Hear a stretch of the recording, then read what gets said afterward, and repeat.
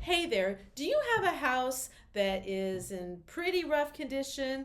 Maybe you're thinking about selling. Maybe you inherited this house. Maybe you don't know what you want to do. And maybe somebody came and knocked on your door and said, knock, knock, knock. We would like to give you cash for your house. Or maybe you were driving down the freeway and you look and there's a big yellow sign that says, we'll buy your house for cash. Don't work with realtors. We'll buy it as is, no fees. Call us today. And you're thinking, that could be good. Like, my house is kind of a mess. I need to sell it, or I want to sell it. I think I'll take the cash offer. Stop right there. Like, immediately. Stop and freeze. My name's Christina Fruneaux. I work with eXp Realty in Southern California. I specialize in trust and probate. And that means that a lot of the times the homes that I represent are actually in need of work. And you know what? My buyers are always happy with the price that they end up with. And let me tell you why. I'm here to give you some crucial insights into why selling your house all cash, as is, no realtors, no fees, is probably actually a terrible idea. So, point number one, investors who are knocking on your door or who are giving that big billboard sign on the freeway to you are looking to make money. And they see your property as their cash cow. So when they're giving you cash for your house, you know what? They're trying to squeeze you on the front end so that they can have room to put money into it to make it look really nice and fancy, like a flip house, and then make more money on the back end. So by definition, when you sell all cash to an investor, you are almost surely leaving money on the table. And I can't think of one good reason why you should give away your asset to help someone else make money. That's point one. Point two is we list it on the MLS. As real estate brokers, we put it on the multiple listing service, and when we do that, it gets dispersed to Redfin and Zillow and Open Door and everywhere. And buyers in every state can see it if they're looking, and hundreds of thousands of realtors can also see it, and they can see if your property is a good match for their buyers. And you might even have buyers from out of state suddenly interested. Maybe they want to move into town because their kids live down the street and your house is just the spot. So when we list it on the MLS, you get it exposed to hundreds of thousands of potential buyers, usually.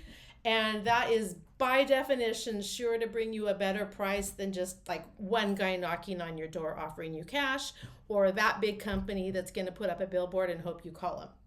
So let me give you an example of this. I have a listing that's getting ready to hit the market. It's coming soon. It's on the MLS as a coming soon, and we're not going to go live for almost another week. Because it was on the MLS and because it's coming soon, I already have investors calling me. My phone is ringing off the hook. And one of them sent me an email, and it went something like this. Hey, Christina, I saw that you have this really great property coming up soon. It's on that street I really like. I grew up in the neighborhood. I know the property well, etc. I'm super interested in the property. I've done my research, I've looked at the numbers, and unfortunately, our strike point price is much lower than your list price. So, do you think your seller would consider this offer? To which I responded, hey, thanks for the interest, but why do you think I would ever tell my seller to go ahead and sell it to you at a lowball cash offer before we've even hit the market? So that is also a value you'll see of working with a real estate professional who has your back. Had my seller not been working with a real estate agent, me, who has their back, they might have been willing to sell for cash, and look how much money they would have left on the table. So point two. Point number three, competition. And you heard me say this already. When it's listed on the MLS by a real estate professional, thousands of more buyers can see it, and you'll for sure have much more interest in it than you would if you just kept it like off market, off the multiple listing. And when you have more people interested in the property, you'll get at least a couple of offers, and you can use those couple of offers to leverage off of each other to get into, you'll love this word, a bidding war. So bidding wars aren't always fantastic in every situation. Sometimes it's not the best thing That's a different story for a different time. In your case, however, it for sure is. If you have a bidding war, you are going to for sure get much more money than you would have if you would have just sold it to a cash buyer knocking on your door, right? 100%. So here is the recap of what I'm telling you. Cash is often fast and convenient.